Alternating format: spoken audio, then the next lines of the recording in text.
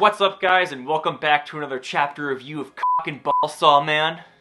Today's chapter might have seemed a little short and inconsequential to a lot of people, but if you peel back the layers, it actually does a fantastic job of showing why Denji's character is so great. And that's exactly what we're going to talk about in today's chapter review of Chainsaw Man chapter 103. But before we get into any of that, class is once again in session. I've linked a poll at the top of the description of this video where you guys can vote on what grade you think this chapter of Chainsaw Man should get, A, B, C, D, or F. And in next week's chapter review video, we'll go over the overall chapter GPA of this chapter as well as some of your guys' comments on this video. Speaking of which, let's just quickly look at what you guys thought of chapter 102. I don't think anyone would be surprised to hear that chapter 102 had the highest GPA ratio of all of the chapters I reviewed so far, and that GPA is 3.89. That's like if you're taking 8 classes and you got 6 or 7 A's and just 1 B. So, yeah. It was pretty good. But let's dive a little deeper. Let's look at some of your guys' comments. Dr. Fruit Snack says, I feel like Denji and Asa have very clear parallels. Like how both Asa and Denji saved a cat because in their hearts they considered themselves right. How they both have devils and how their parents are dead. Yeah, I feel like this is intentional and not many people talk about it. Yeah, that does make a lot of sense, and I'm pretty sure Fujimoto's intention was for that to be different sides of the same coin between Mitaka and Denji. I'm certain that'll come up more later. It's definitely something everyone should keep in mind. Then Vian Abdullah says, Mitaka has quickly risen in the ranks of being the most relatable character in Chainsaw Man.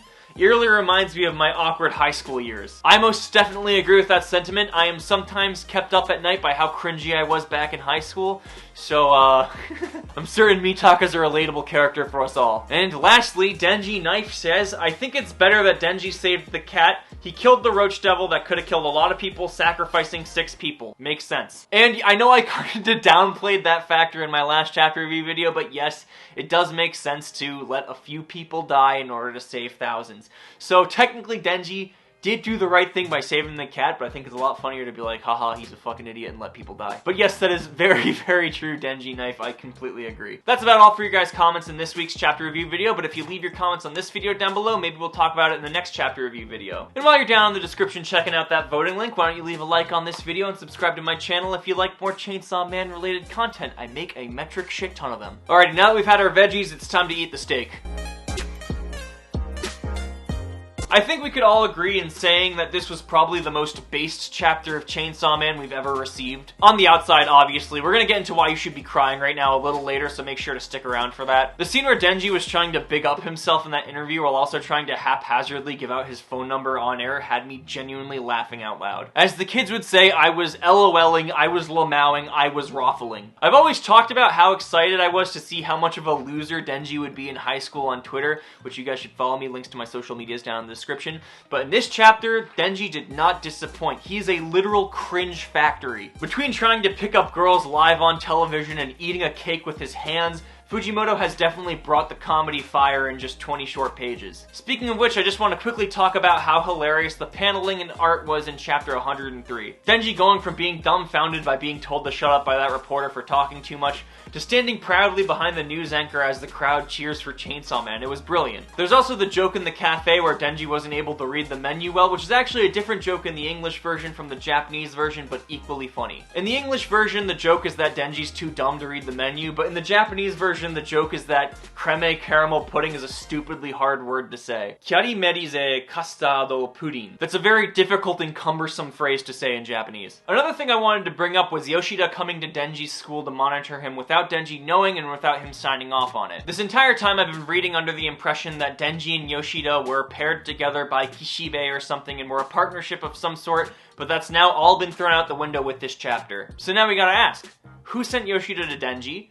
Why did they send him? And like Denji asked in the chapter, what will Yoshida do if Denji doesn't comply? Now, I'm dog shit at theory crafting outside of the obvious, but I did notice something interesting about Yoshida's loss for words in this chapter after Denji said he wants to be revealed just so he can get some poon. It didn't just seem like Yoshida was dumbfounded, it kinda seemed like he had an idea pop into his head. What if Yoshida's just a little more socially dense than we originally thought and he didn't realize that Mitaka was being controlled by a devil when she brazenly asked him out in chapter 99? If that were the case, Mitaka would certainly seem like someone who's desperate for a boyfriend. So what if Yoshida sees that Denji seemingly hasn't changed since chapter 1, and Mitaka is some desperate femcel, and says, you know what, Denji? How about I introduce you to this girl who's desperate for her boyfriend, as long as you comply with my demands. From Yoshida's point of view, this would take out 2 birds with 1 stone. The birds being an overly horny Denji and a desperate Devil Hunter Club partner Mitaka. Obviously, this is just a theory with no basis in reality, and I actually got a fairly nice comment last week about how I didn't go overboard with theory crafting in my videos. But if this does end up happening, I just want something to point back to and be like, haha, I was right, guys. So the comedy in this chapter was a chef's kiss out of 10, and I think we can all agree on that.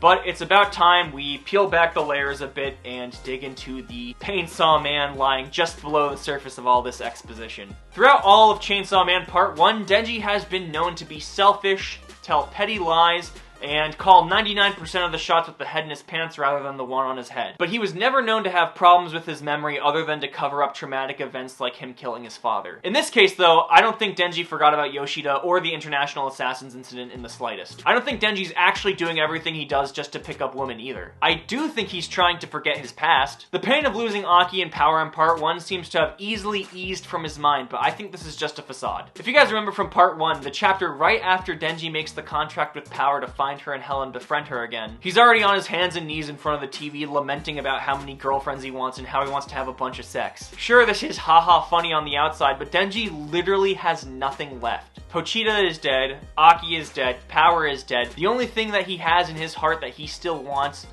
is some poon. So with all of this information in mind, yeah, the Denji being horny memes are really funny, but I think it would be an injustice to Fujimoto's brilliant character writing to say that there isn't anything boiling underneath the surface. But to get there, we're gonna have to keep reading, and I do believe Chainsaw Man is gonna be on break next week as well, so we're probably gonna get chapter 104 on September 13th, I believe. That's about all for today's chapter review video. If you like this series, let me know by leaving a like down below on this video and subscribing to my channel. That helps me out immensely, and I appreciate y'all. Make sure to stay up to date by hitting the bell button down below so you'll know every time I post a new chapter review video, as well as all of my other quirky Chainsaw Man related content. Also, feel free to follow me on Twitter. I have links to my social medias down in the description below. On that note, I'll see you guys next time.